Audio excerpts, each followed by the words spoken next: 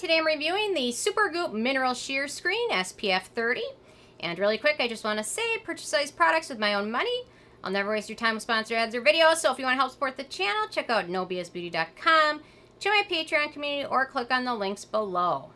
Okay, so I've reviewed a lot of Supergoop sunscreen over the years, and they seem to keep coming up with new stuff, so I gotta review it, and some I really like, some not so much, some are in the middle. Really like their Zinc screen. It's tinted, it's really nice, but sometimes brands go a little crazy with the tints. Some of them can be just, you know, I really like when a brand does 3 tinted shades. But this one has no tint in it, so it might be good for some people and not ideal for others. I'm going to see one of my friends this weekend, and I can't wait to test all these sunscreens because she's got a much deeper skin tone, so I cannot wait to see how bad white cast some of them have on her, where on me, they might be a little noticeable, but not terrible. Once I use makeup or foundation over it, they're just fine, but if you have a deeper skin tone, then they're much more noticeable. So, okay. Although they call this a totally sheer, weightless, 100% mineral daily sunscreen lotion that provides SPF 30 protection and shields skin from blue light. We hear a lot about blue light, blue light, blue light. There's some truth in it, and there's some exaggeration about it, but I won't get into that in this video. But if you can protect yourself from it, I guess you might as well. There's nothing wrong with that. So, okay, my first criteria is packaging. No issues at all with the packaging. Functional. Although, I'm seeing a lot more brands use, like, certain types of materials that, like, sugarcane, things that are, like, totally recyclable, which is really cool. I don't think this is, but anyway. Okay, in terms of denatured drying types of alcohol, this does not contain any of that. It's also fragrance-free. It has a slight mineralish, earthy type scent to it, which is probably from zinc oxide. If you've used zinc oxides, a lot of them have that scent. I can't really describe it other than like an earthy scent. Like if light brown were a shade, it would be how it would smell, I think. I don't know. Does that sound weird? I don't know. Anyway, whatever. But it has no fragrance ingredients. The manufacturing location for this one is the U.S. SPF, this one's SPF 30. If you're going out all day, I wouldn't pick this one. If you're outside all day, if you're going to the beach, I wouldn't pick this one. I did test it the other day when I was outside all day, and it is okay. Definitely not one if you're going to be outside for more than 2 hours, I would recommend. Just because 30 is, it's great for daily use, but for days outside, 50 is the way to go, in my opinion. In terms of the UVA protection, so this one has a PA with 3 pluses after, which indicates, in my opinion, average UVA protection. Using non-nano zinc is good for UVA protection. Nano zinc is not great for UVA protection, but Supergoop has had some research exposed, or some people posted it to me, where some of their sunscreens got like a UVA 9 rating. Whereas, like, La Roche-Posay Shaka has, I think it's like 56. So that's a huge difference. So just keep that in mind. 9 to 56. And UVA don't burn you, UVA age you. So it's really important. It's really unfortunate that the U.S. doesn't have good UVA filters approved. So anyway, so the UVA protection of this one is probably okay. Not great.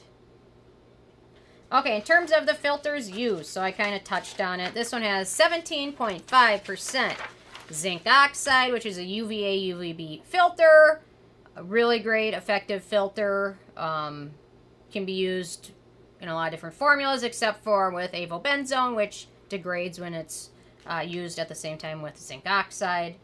In terms of the white cast, I'm actually wearing this sunscreen today. I was actually going to go totally makeupless for my reviews today, and then the white cast was a little too noticeable, and I didn't want to totally, like, ghost everyone out.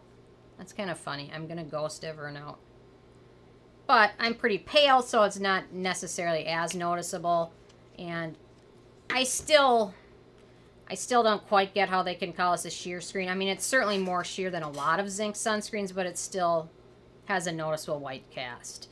It's not terrible, and if you're going to plan to use foundation or makeup or powder over it, then it's not nearly as noticeable, but it's there. If you have a deeper skin tone, probably worth passing or finding a tinted version. So that's why I really like when they have tinted versions, because then everyone can wear it more. Except sometimes maybe pale, really pale people, but if they make 3 shade options, then everybody generally can find something that works for them. So I don't know. That's kind of a bummer to me. In terms of the texture of it, it's got kind of a lotiony texture. It's not super goopy. Super goopy. That must have been in my head from the name of the brand. Super goopy. It's not goopy per se, but the texture of it's kind of a lotion texture. It takes a little bit of time to absorb.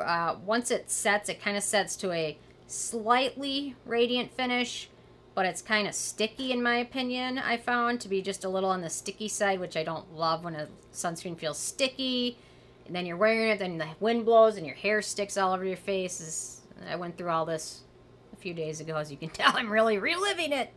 And then it gets all over your earrings, and those get sticky, and then you clean them and you ruin your earrings because you pull them too hard and they fall into 5 pieces. I didn't just do this 2 days ago. But I did find a replacement earring which are very similar, just shorter. Because all those earrings lasted like 5 years. I mean, I wore them almost every day. So, okay, I'm totally off topic now. So, anyway, if you have oilier skin, you might not totally appreciate the radiant finish. For my dry skin, it didn't bother me. Okay, let's go on to ease of use. They recommend applying generously and evenly as the last step in your evening routine before makeup, 15 minutes before sun exposure. I will always have somebody comment, and especially with chemical sunscreens, say you need to apply them first before your skincare products. And some people believe that because it absorbs in the skin and works better. But from everything I've read, it's even with chemicals, it's better to apply it at the end of your evening routine. But you know what? If you still do it and it works for you, and you're going to use sunscreen, whereas you might not, then go for it. So it applies pretty easily, no issues with pilling, works just fine under foundation.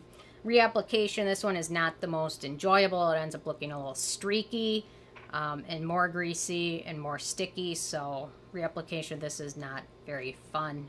Although, if you pick this one and you don't want to reapply it, you can use a setting spray that has sunscreen. That helps.